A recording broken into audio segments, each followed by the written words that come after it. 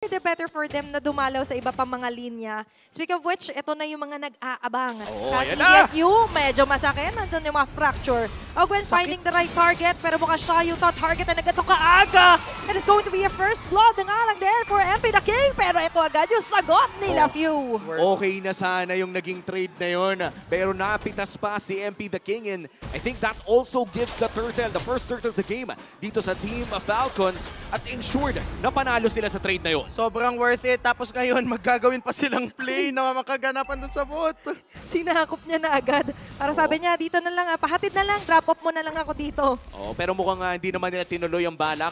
Mukhang nakita naman ni Escalera na yun agad ang balak ng Team Falcons. Kaya naman dinepensahan niya agad ang kanilang orange buff. In fact, yung Hilda nga kanina, hinawakan din yung purple.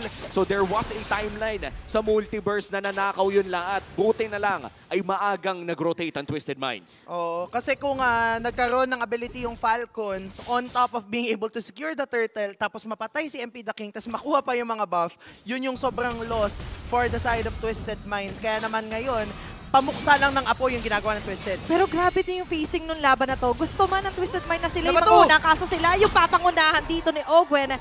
HaJZ down. Oh no, mukhang hindi na bush check na may Jawhead doon sa loob at nagulat na lamang si HaJZ na may bumalibag sa kanya. Team Falcons now ahead by almost 1K. Isang minuto mo naman bago lumabas ang ating pangalawang pagong. So far for Twisted Minds, parang expected naman natin to, no, na early game lamang talaga ang Team Falcons. Ano ba ang win condition dito ng Twisted Minds, Auntie? Kailangan nilang makita kung nasan si Ogwen. I would say na compared to most of the roamers, Cho, Hylos, Gatot Kacha, Tigreal, si Jawhead yung medyo mas malambot.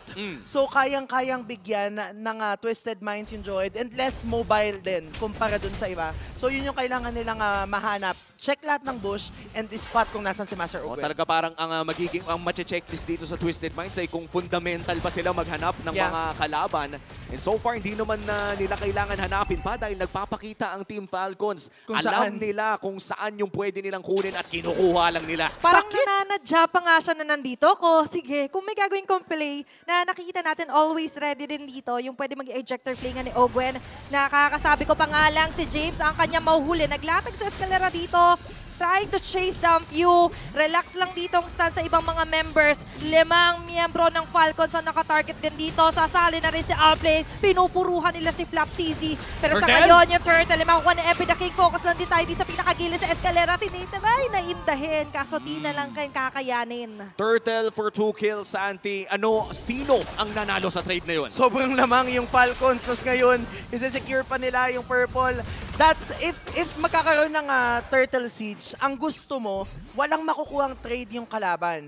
And because nakuha man ng Twisted yung Turtle, nakakuha ng 2 kills and 2 crucial people pa yung nakuha doon ng Falcons. At kalahati rin nata ng plato ay na-farm ni Super Marco. That's equivalent to around 175 gold. At napakalaking bagay po niyan para sa early game ng gold lane. Racing kasi yan eh. Kumbaga parang paunahan kayo na makuha yung core items nyo. At sakto-sakto na nga lang din ay pagkabasag din ng Torrid sa may bandang baba. And nare-recognize natin dito yung sobrang bilis na transition ng Falcons eh, no? Ang bilis. Pagtapos doon sa Turtle Luge, agaw tayo ng purple buff. Oo, at sa ngayon, 3,000 na nga ang kalamangan ng Team Falcons.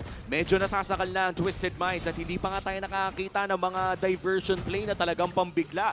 So mukhang tiis-pogi talaga muna ang magiging solusyon ng Twisted Minds dito. Oo, kagaya ng nabanggit natin kanina, hindi pwedeng mabigla yung Twisted Mind sa mga diversion play na gagawin ni Few. Multiple times already nakita natin na nauuna na dun sa mga buff. Itong si Kyle TZ, parang pinapadala ni Few yun eh. Tapos the moment that happens, kung makakita sila ng additional pick-off, minamaximize ni Kyle TZ yun. So yun yung kailangang bantayan ng Twisted Minds ngayon. Kaso ngayon, ito yung babantayan nila. A way to catch Few and even Flap TZ here. Kasi makailang ulit, nakikita natin ginagampanan naman ni James yung isa sa pagiging frontliner nga ng Twisted Minds. Kaso problema, lagi silang walang naaabutan. At ano yung napansin mo doon, Auntie? Meron bang interesting na build path kang napapansin for this game?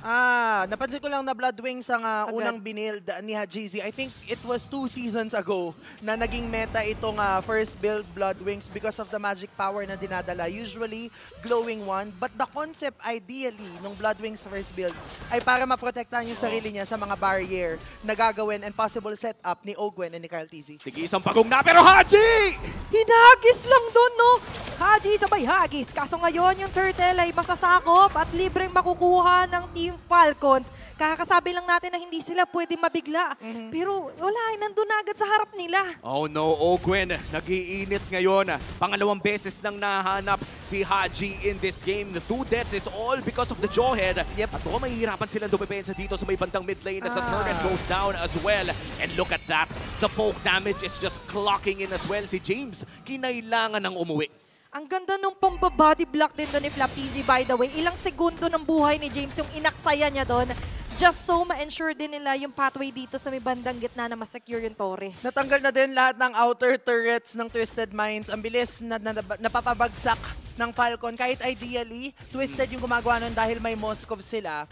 Pero again, merong threat lagi ng diversion play coming from View. And Ogwen, sobrang ganda ng positioning nila na at this point, kahit si Escalera yung ibato niya, kaya na nilang i-burst down because of this 6.2k gold lead. That's true. A 6k gold lead, 7 minutes or Tatlong almost 8 items. minutes in, ay talagang napakalaki na with the damage amplification na nabibigay din ng isang jawhead. Para sa mga hindi nakakaalam, ay nagpapalakas pa man damage ng mga kakampi niya dito si Ogwen. Ay panigurado kahit sino talaga ang kanilang iitsa ay kaya nilang i-burst. Mid lane na naman ang punteriya ng Team Falcons at mukhang hindi nila mapupush to, pero yung taas, napakabilis ng kanilang pivot. And to add up, hindi lang yung damage na amplify, yung init din ng ulo. Pinapainit nila ng ulo dito ng Twisted Minds. Ayaw nilang palabasin, ayaw nilang pag-farmin.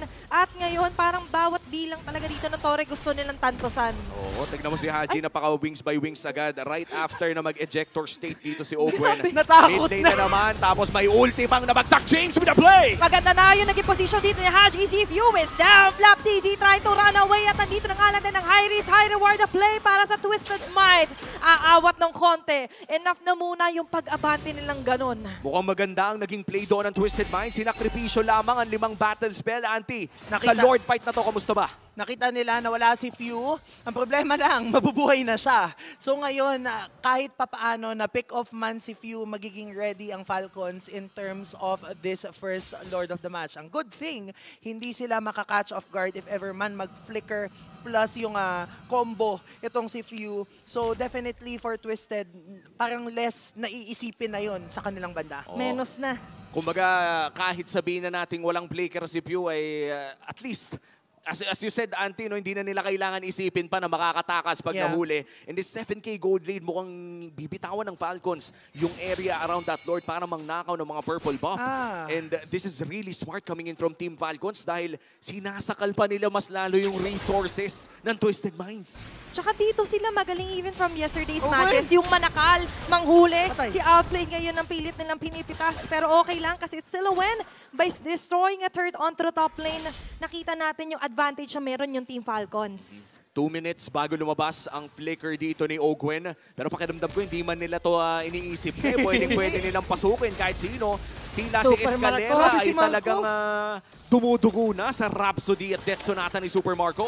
Sabi ni Super Mark sa subang bulletproof niya, umaabante ng ganun, humaharap eh. Ganun na siya ka-confident sa damage output na meron siya. Kung babalikan natin yung damage dealt chart, Super Marco is leading that. And again, ito yung strength na meron si Super Marco kasi nga naman, magkakaroon na din siya ng Blade of Despair. And pa-almost lock-item na siya. Sabayan lang sila kahit papano ni Kyle TZ. Oo, at itong, anong pangalan ulit nito? Yung, Ayan na nga. yung instant kill na item, yung Sky Piercer. Skypiercer. Yung Sky Piercer niya, wala pang stacks, pero ang dali ng magka-stacks niya the Yes. moment na makuha niya yung Blade of Despair. At yung Lord ngayon, nagmamamarcha na nga doon sa may bandang itaas. Agarang umulti si Escalera, pero Grabe. mukhang para mag-zone out lamang. 9k na ang gold lead ng Team Falcons at nang nakaw na naman si Kyle TZ. Tsaka seemingly smooth talaga yung abante dito ng Team Falcons. We do not see any unnecessary na overextend and overstay pagdating sa kanilang mga pag-abante. Oo, parang bumababa na talaga yung control sa mapa ngayon ng Twisted Minds eh. Oh, sabayan dito, Kyle TZ and James. Kyle! Paulitin naman! Haji Z with a kill. Kyle TZ is down. Makakadepensa dito ang Twisted Minds. Aabante ng konti sila, James. Nagkaroon ng boost of moral. Susunod pa nga ba? Meron diversion play dito. Pero nandito nga din ang mga pagsapak, pagsuntok. Lahat pinagsasasalo dito ng Team Falcons. Phew!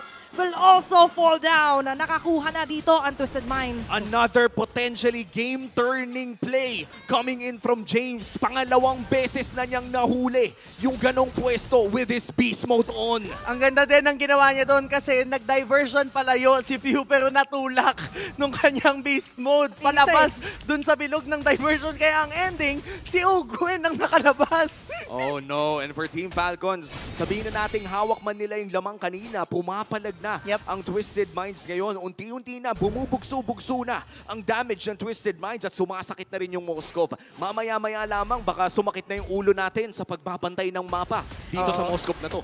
Nagkakaroon na tayo ng sign of life, kumbaga, para dito sa sagot ng Twisted Mind in terms of damage. At kung sa damage, nakakahabol na rin yata talaga siya dito. Kahit papano kay 3K ang kalamangan ni Super Marco, hindi din naman nagpapahuli itong si outplayed sa kanyang Moskov. Bulletproof pa din ang kanyang performance. But now, medyo kailangan ng indahin ng Team Falcons yung damage output na pinaggagalingan ng Twisted Minds. And again, this all starts with Ogwen. The moment they see Ogwen, lock in, zero in on him. Yes, 20 seconds bago lumabas ang Luminous Lord. Hindi alam ng Twisted Minds kung nasaan si Ogwen. May clue lamang sila kung saan pwedeng magpakita. Safe ang kanilang orange side, kaya naman nandun sila tumatambay. Pero Escalera, hindi niya alam na nasa harapan na niya si Flap TZ and Ogwen, pero nararamdaman niya ata dahil hindi siya umaabante mula sa pwesto niya. May kutob na to, nabibilangan niya. Parang aabante na sila Cal TZ, wala masyadong tatamaan yung Feathered Earth Strike.